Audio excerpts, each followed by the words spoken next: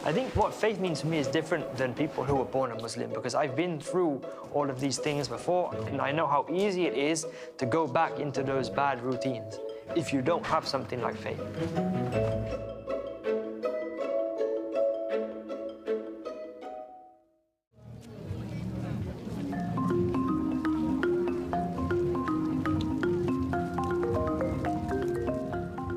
Apa khabar masa kita setengah kita bagi tak? Baik tau. Ramai betul lah pemilihan awak dan Ya tau. kan? Dua balik kampung tau. Balik kampung halaman memang. Betul tak? Saya ambil penuh, bapak kaki. Sekarang ni macam pun dengan interview, sekejap lagi kita akan perkhidmatan untuk Itu dia. Baik, okey. Okey, terima kasih. Okey. Itu lah kenapa bila orang sewa, kenapa kat dia jangan tolak dia dekat pantai, tepi pantai, jangan tolak dia dekat batu hantu ni. One of the newspapers reached out and said they wanted to come do an interview with me. I was just like, why? How would you know about me? So they were the ones that showed me the videos. And at the time, it maybe got like, I don't know, like 200,000 views or something that it got on YouTube. And it was like a snowball effect. Like I had one interview with one newspaper reaching out. Once that got published, then another interview, and then radio, and then TV.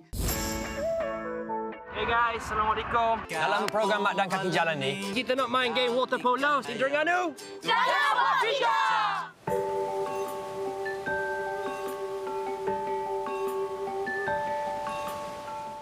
Some people go backpacking for some reasons, you know, they want to go discover themselves, spiritual journeys or whatever. And for me, it was nothing really like that. It was just to get out and see the world. But coming to Malaysia was the first time that I'd ever really had any interactions with any Muslims. And to be honest, my first impression of Muslims in Malaysia anyway was like, wow, this is completely different to what you see in the media. Maybe there's more that meets the eye to being a Muslim and to Islam as a religion. I arrived in Terengganu at, say, 4 or 5 o'clock in the morning. There was nobody around, completely quiet, you know, like a ghost town. There was like this one building there, you know, read the signboard. It had Surau written on it, which I didn't know what meant at the time. But I just saw that, okay, this might be a place just for me to, you know, lie down for a minute. And I got woken up, you know, at around sort of sunrise time. I got woken up by somebody in a white robe with like a hat on. He came and he had a pillow, and he gave me a pillow, and he sort of instructed me. You know, I couldn't speak Malay, he couldn't speak English, but sort of instructed me just to, you know, take this pillow and carry on sleeping. In what world, where can you fall asleep on somebody's doorstep, basically, and they will come out and give you a pillow? No, you just don't do it. It's just, you wouldn't do it. But it happened to me in Malaysia, and a Muslim did it. When you're backpacking alone and you haven't got the securities of a local place, of friendly faces that you know, family, when you find somewhere that you feel safe and you feel like the people around you are genuine and you feel happy there, it's quite difficult to move on. It's quite difficult to leave.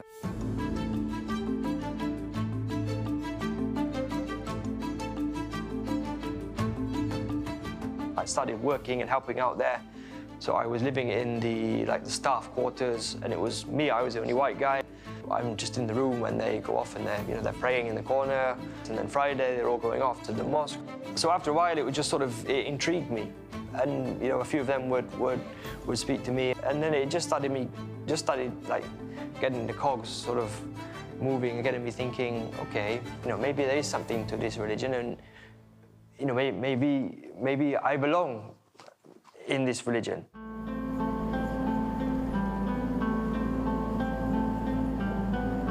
I've always thought that we never just came here by chance, and there must have been something that made us. In the UK, in school, I never really got the answer that I was looking for. And it was when I came to Malaysia that the oneness, the dedication to just the one God, the one being that is the be-all and end-all, it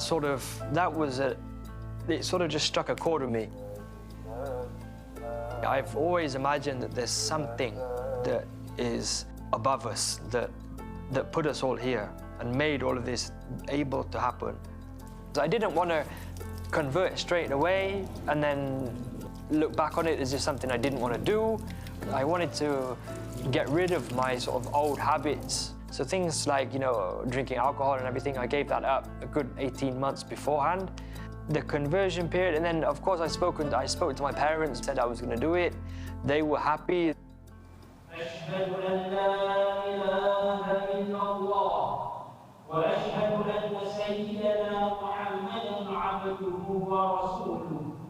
Faith, it means to me always knowing that whatever you do, there's always something and some higher being watching you, looking out for you, keeping you in check, and making sure that you don't sort of slip back into other ways. What faith means to me is different than people who were born a Muslim, because I've been through all of these things before and I've done it, and I know how easy it is to go back into those bad routines if you don't have something like faith.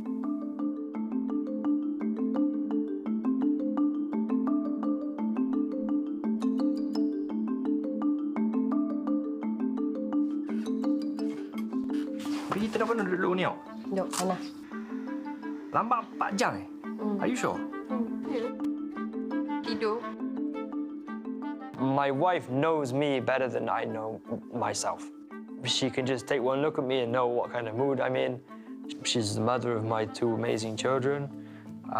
She sacrificed a hell of a lot for me. I've also sacrificed a lot for her, but that's what marriage is. I don't think I would be where I am spiritually and also sort of even career-wise if it wasn't to have her at home to come back to and her sort of guiding me through. Nak makan croissant tak? Nak. Nak eh?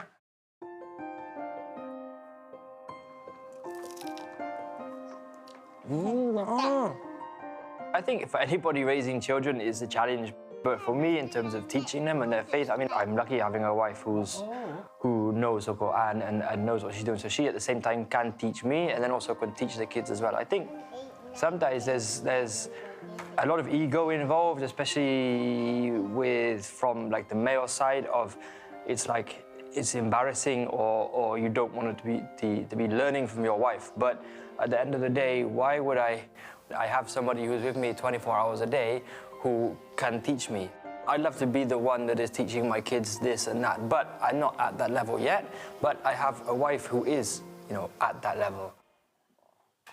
Oh. Okay, snowman. You don't even know what that is. I'm the head of the family. I have to be the one to teach them, to show them the ropes, basically. So yeah, it's definitely made me realize that and made me want to learn so I can sort of pass it on to my boys and show them what it is to be a good Muslim. Yeah, definitely strengthened my faith a little bit, yeah. Allahu Akbar. I'd say that Islam and my faith has definitely made me more mature, probably, which in turn has then probably made me more ambitious. Being able to step back and see how much better my life is now than it was before. And Islam is being the sort of the guiding factor in that, then it just makes me realize how lucky and how much I really appreciate and how thankful that I am that I came to find this faith at an age where I was still relatively young. I dread to think, to be honest, where I would be if it wasn't for Islam and it wasn't for finding Malaysia and all of this. I don't even want to think about where I would be, to be honest. Probably wouldn't be in a brilliant or amazing place.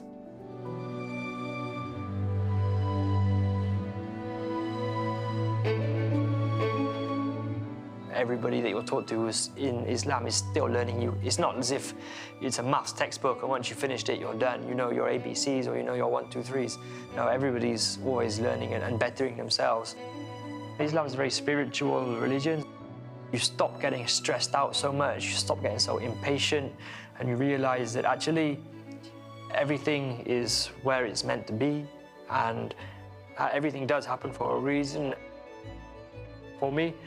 So as long as I keep myself on that path, then everything should be fine. I am Ma'dan, and I am Muslim.